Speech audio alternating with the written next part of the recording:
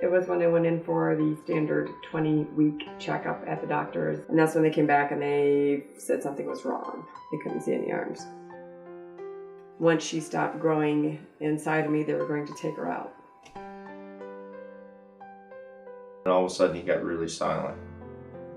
And he didn't say anything. And he looked, and he looked, and he looked, and he looked. And he said, okay, go out in the hall and wait, and we'll come back to you. So we did a video conference with Iowa City. This is when they said it's Cornelia de Lange syndrome. Once they knew something was wrong, they kept asking if we wanted to get rid of her. And that was never going to be an option.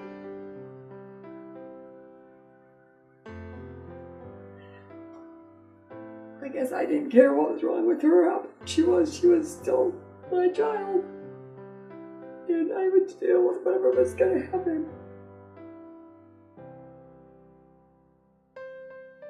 She came out and she was purple.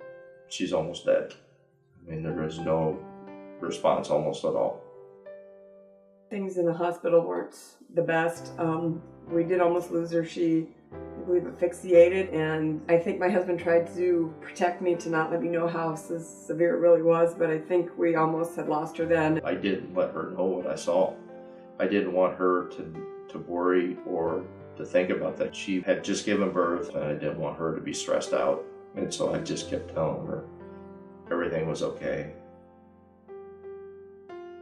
One of my favorite moments was the day that we took her out of the hospital and took her home for the first time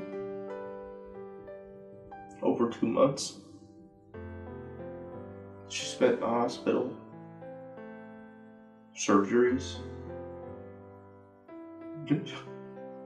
nearly dying in hospitals.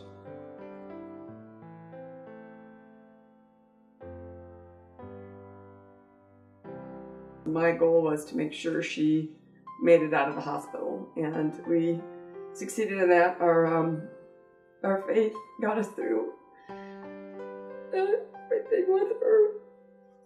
Our priest kept wanted to baptize her in the hospital, and I said no, she's coming home and going to the church. And that was the one thing I held on to, and it helped. It was Father Bob's last baptism. Man, he oiled her up, that holy oil, the baptismal oil. He's like, he dipped back in, he's going, she gets a little extra oil. I remember him saying that. He said she gets a little extra oil. And he dipped in again and he rubbed it on her.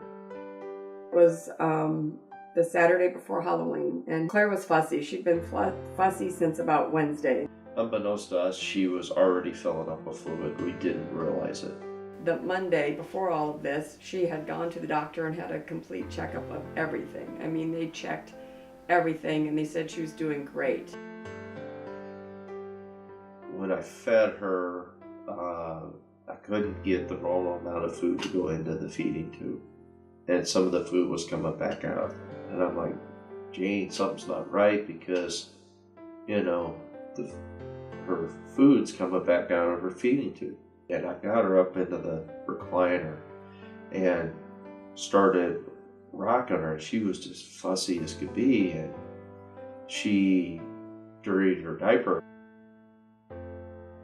My husband was changing her pants in the family room floor, and he's like, started yelling that she quit breathing.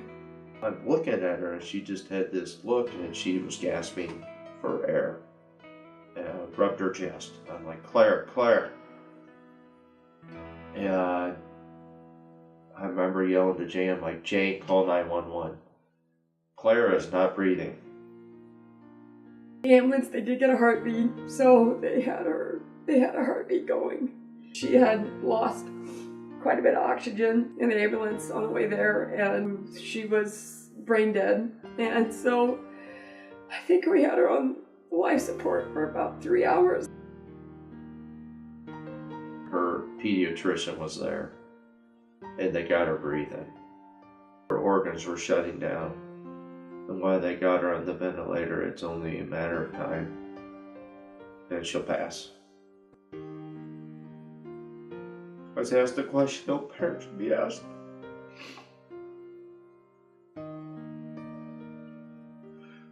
When would you like me to turn off the ventilator? I told her that it's a terrible question to ask a parent.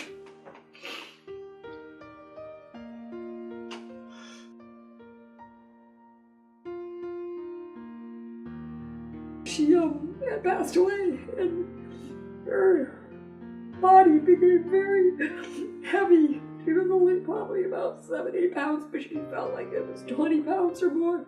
She just became like you were holding a rock. The night before, we had the visitation, and holy buckets, I couldn't believe the number of people that came to the visitation. And this is for a little girl that was in this world for a little over 4 months. And you find out,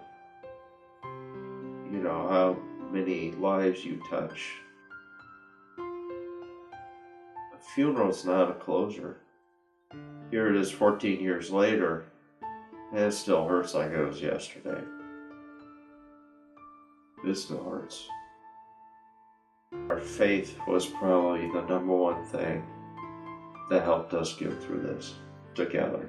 It's one of those things that God will get you through it. We had talked about having another one, and we weren't going to because we figured we were going to focus on what Claire needed and taking care of her. And I believe partially that's why God took her when he did, because I was in my late 30s, and if we would have had her for a couple of years, I probably wouldn't have had another child. And that's when Grace was born in July the following year. We go to Claire's grave on her birthday. We go to Claire's grave on the day she died. She was like a caterpillar here on Earth, and up in heaven she's a butterfly because she's flying around and she's normal. We had everything with her. Great joys and great sorrow. And that teaches you how to live life.